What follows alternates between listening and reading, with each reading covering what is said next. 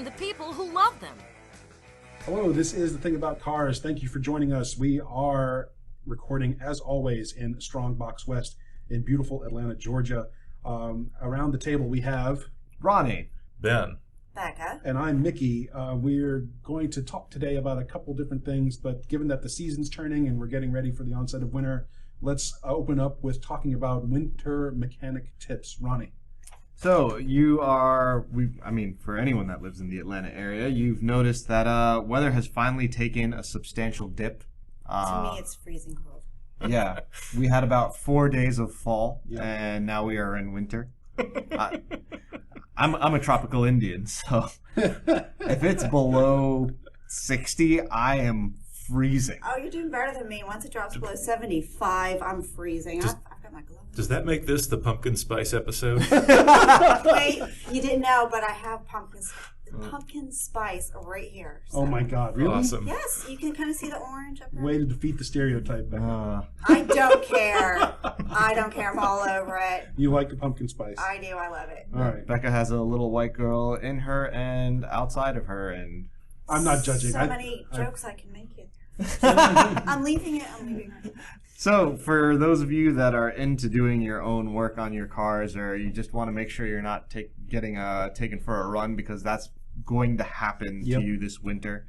A couple of things to keep in mind. One, your tire pressures are going to go low. Cold air compresses. It will reduce in pressure. There's a whole bunch of physics behind it. So just take your cars into your local mechanic and ask them to top off your tires. If you have a discount tire near you, they will do it for free. Bingo. Come to my house. I'll do it for free. Right. Actually, I really am about having emergency things in the trunk, and just finding a good but reasonably priced compressor for emergencies is one of the things tucked in your trunk too. Oh, yeah. That way you're not stranded somewhere. You can do it. Absolutely. I always have one. But there are some people that are so terrified of doing anything to their car aside from turning it on, putting it in drive. Right. If you can use the air pump at QT, you can use a little mini compressor. To Ronnie's point, I think there are people who don't like to even use the air pump at QT. Yeah. And so, I will, from personal experience, I'll also say the air pumps at gas stations aren't always the most accurate. And sometimes, well, more often than not in my case, they're very finicky and working at all. When you need something, you need something. It's better than a flat tire. Right. Just say it. Well, I'm sort of the Hank Hill of this thing, right? I've got the radial gauge in my car because the dial gauges are better and more accurate than the stick air pressure gauges for tires. I've got my own air compressor in my garage, so I check my tires about once a week, or maybe once a month, if I'm just in a rush. So anyway, please continue. I interrupted you. Do you fill up your tires with propane as well? propane and propane accessories. Wow, that was so perfect. That was perfect. Well done, Ben. I don't know. Yours was pretty good too, Ronnie. for a brown guy. I don't know. No, it's fine. Do you think I could fill my tires with propane? Would that be better than nitrogen? Oh my goodness. I feel like if we film an episode ever, that would be an experiment. What gases work best in a tire? Oh my God. This could be fun. It would be like the best stunt ever. And I'm totally derailing the process of what we're going through here, our agenda. But I would love to film that. We need to find some TV help, some video production help, and put some of these things on the screen. But anyway, please continue. I'm sorry. So tire pressures is going to be number one. Number two, you're probably not going to care about your air conditioning anymore. But you should also keep in mind that when spring rolls around, you are going to run out of Freon for one reason or another. Freon never stays perfectly sealed in your systems. Very few cars will actually maintain it to that level. So be ready to refill Freon once winter season is over. That has nothing to do with winter prep. It's just a mental note for your knowledge. Third thing to keep in mind, you will end up with a coolant leak this winter. You will? You will. It's almost guaranteed. Really? Coolant will contract in a way, and if the mechanics that service your car, top off your cars, are as irresponsible as I think they are, they've probably been topping your coolant off with water this whole time, which raises the freezing point of your coolant. And so as temperatures continue to drop, if it goes below 30 or 20 degrees Fahrenheit, part of your cooling system will freeze and expand and crack a component in your cooling system. So because in the north, coolant is also known as antifreeze. right. It raises the boiling point and Lowers lowers the the freezing freezing. point. Yeah. Yeah, you know what I mean. So there's a gauge, I think, if I remember correctly, that you can actually test the specific gravity of Yes. what's in your Yes. And system. it's cheap. It is cheap. So that way you know you have the correct mix of antifreeze plus water, and therefore you won't crack something if it's the correct. And it Yeah, should yeah. be 50-50. There's also pre-mixed out there if you don't want to mix it yourself. Yep. But I don't know. Maybe I'm just really good. My Mustang, knock on wood, I've had her a long Yeah. time. Never had a coolant leak. So we've talked tires, we've talked air conditioning, we've talked coolant. What else? Your tires, if they are old tires, give yourself time to warm them up when you first start driving. Burnouts. Sorry. Yeah. I mean, that's one way to do it. But everything gets cold as winter approaches, which includes the road surface and your tire surface. So for that first mile or so, your traction is severely reduced. So in emergency situations, you will not have the maneuverability that you would normally have in spring and summer and fall. So Cold tire is a hard tire and a rigid tire. So right. So Yeah. you lose all of your flex, you lose all of your give. Just be mindful of that and give your car a good slow warm up. The other thing about I'll dismiss or dispel the myth of letting your car warm up. Good. You can start your car in the winter, and if it's newer than a 90, you can just go. I would argue with the year. Most newer cars. Let him finish. Let him finish. We'll come back to this debate because he said something about air conditionings that I also want to come back to. But Yeah, let him finish. So the warm-up process in most people's book is let your car idle for 1 minute to 5 minutes, and then you can drive off. What I recommend is you start your car. You can give it a minute if you want, but you can start it up, get going, and then if you just drive the car at low speeds or easily for about 5 minutes, that lets the car warm up evenly, and it lets everything warm up. Because when the car is idling, your transmission fluid isn't cycling all that much, your brakes aren't doing anything, your tires aren't doing anything, your suspension isn't doing anything. All of these are components that will need to warm up as you drive. So give yourself, the time to just go for a slow cruise as you get ready to enter the highway. And that would be enough of a time window to warm the car up all the way and drive as you normally would. Becca, you had something. Apparently you had a conflicting thought in the midst of that. Well, it's just, I think I've talked about it before on the 97, and I've tried to record it, and for whatever reason, I can't get everything I want on the video, like the sound of what the engine is doing. But she has a warm-up period.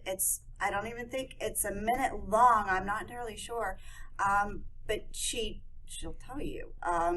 Any Mustang of that generation, I don't know about the newer ones, but when you first start the car, the RPMs are at about 1100, and maybe somewhere between 30 seconds and a minute, the RPMs drop down to about 800 to 900, and that is the car telling me my warm-up is done. So there's a caveat here that You could still drive it off, though. there's 2 or 3 There's caveats a in play reason here. why she's 22 years old. Right. So what weight oil do you put in there? 10W30. 10W30. But royal purple, full synthetic royal purple. Okay. So And the other caveat, there's like 6 or 7 caveats. One of them is all cars are different. All cars are Yes. going to behave differently. One of the other things to note is heavier oil behaves differently in much colder weather. The other one is we live in Georgia, right? So the warm-up period doesn't really apply to us a whole lot down here. There's not really a whole lot that I need to do in my Mazda, which takes 5W20, and I crank it up and it's simply ready to go. I don't have to wait for anything to get acclimated in that engine. But asterisks, we shouldn't say run out and put lighter oil in No. your car to avoid a warm-up period. That's correct. Because you've got leaks and things to always go by whatever your But manufacturer Ronnie recommends. originally said 1990, so why are you picking that date as a divider? Because 1990 is where I know for sure that all cars went to fuel injection. A lot of the old idle around warm-up period was mainly for carbureted vehicles. because the way fuel is introduced in a carburetor, the fuel doesn't atomize the way a fuel injector would atomize fuel. A fuel injector is literally a little component that mists Spray nozzle, yeah. fuel into your engine, and that's how it runs. Carburetors, they'll drip fuel into your engine, and it's depending on a swirling effect, a very mechanical Venturi effect, to disperse that droplet into atomization.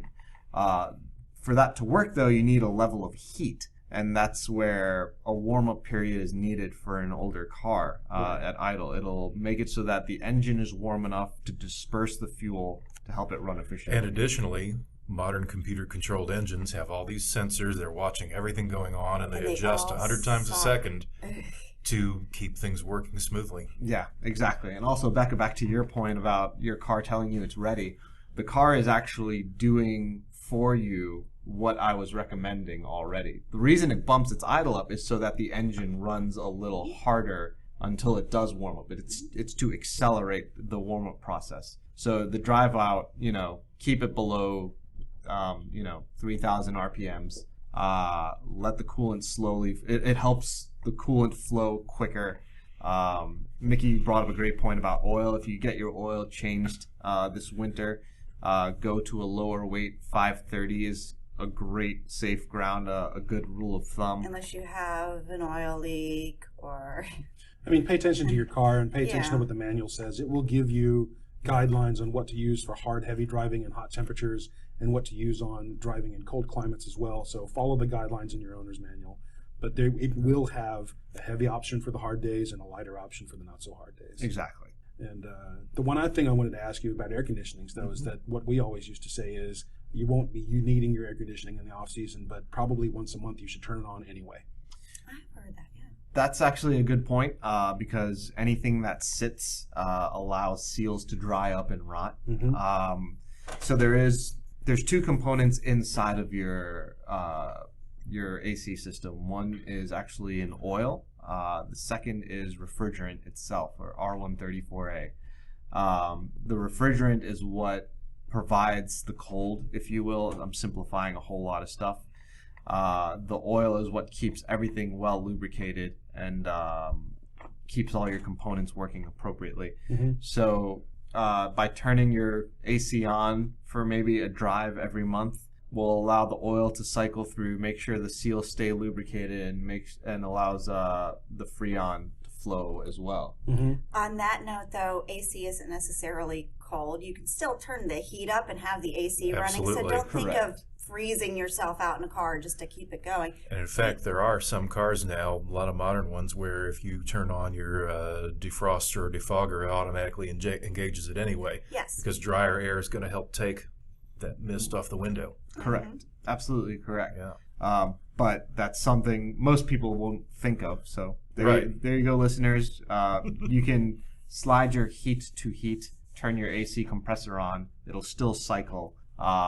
But if you're like me and you're completely forgetful and you don't care, be ready to replace some Freon in the spring along with maybe a seal or two, because it will dry rot if you don't cycle the oil in the system. Well, newer seals are getting a lot better than they used to be. Yeah. So, and then there's a third component in there. If you're like me, you've got some UV dye in there. Yeah. Well, most replacement Freon comes with UV dye. It's actually the oil that comes with it. Mm. Oh, yeah. But don't buy the Freon with the stop leak. Just don't. Mm. It's going to make a small problem bigger in the long run. Yep. Just get the regular. If there's a leak and you can't do it, take it somewhere. If you can, just get the UV dye. Really easy. If you guys out there, any of our listeners, any of our friends have winter car care tips, please send them in to us. Find us at thethingaboutcars.com and just email them to us, or find us on our Facebook page and send us a note there. I'm sure there's lots of good tips probably for winter. Yeah. Sorry. No, go ahead. I was just going to circle around. I wasn't sure if you were getting ready to wrap things up. I was going to circle back around. You can laugh at me if you want. I just bought an aftermarket TPMS system. And I went really silly. None of it is internal. So I'm trying out. Well, after having a discussion with somebody who is a car friend, but not necessarily as mechanically inclined as some others. I decided to start there and just kind of play around. And my intention is to eventually write a blog about whatever I have found with this one. So it isn't one that you just screw onto the stem caps, and that's because I had a nail in one of the tires on the Jeep. I got tired of getting out and checking. So wait, it's not one. It screws on. It's the valve stem It is one. cap. Yeah. And you just screw it on instead of mounting it on your wheel inside your tire. It looks weird. Yeah. So sure. I've gotten one of those, and it's got a unit on my dash. I'll have to let you guys know how it went. Yeah, I'd be interested to see how that works. So far, it's actually seeming to be pretty decent. Is it that one? The high-going tire? Very similar. Okay. It's not the right name, but you know how the stuff on Amazon gets with all the different names and same products. It's very similar to that one. Okay. So we'll see how it goes. But yeah, I didn't have to run any lines. I decided to go with the supercharger instead of the plug-in, which I would be forced to modify. I just stuck it on my dash, and it's solar charged. And Interesting. so we'll see. Yeah. I'll let you know. Okay. But Yeah, I'd be interested to know too, because there are some cars like my Mazda that theoretically have a system, but they're not very advanced. What happens in my Mazda is I just get a little tire symbol with an exclamation point in it if one of them goes outside range. Unlike my motorcycle, which actually tells me what each tire contains. Right. And newer cars that have the Four wheels, yeah. 4 tires reading. is there not a hidden feature somewhere in your car that'll tell you the pressure of each tire? No. Really? No. It's a 2013, so it's kind of on the cusp between medium tech and high tech, yeah. Well, yeah, it's just I've seen some cars that... Yeah, newer ones have it all, My 09 isn't newer. Let us know how it goes. Some are better than others. But yes, definitely I'll have to come back and let you know how it goes. But that goes back to when y'all were talking about checking your tire pressure and all that. There it is. Jinch wireless TPMS tire pressure monitoring system with solar powered monitor. Yeah, like that. Again, wrong name. I don't even remember what the name was on the one that I got. But Was it expensive? $50. See, mine was, I think, What a bargain. 43 or That seems pretty affordable for tire pressure monitoring. actually jump out. Looking at the component, it makes sense. Like there's a small button battery in the valve stem cap. There's a little dimple for a piezoelectric crystal to take the actual pressure reading. Yep.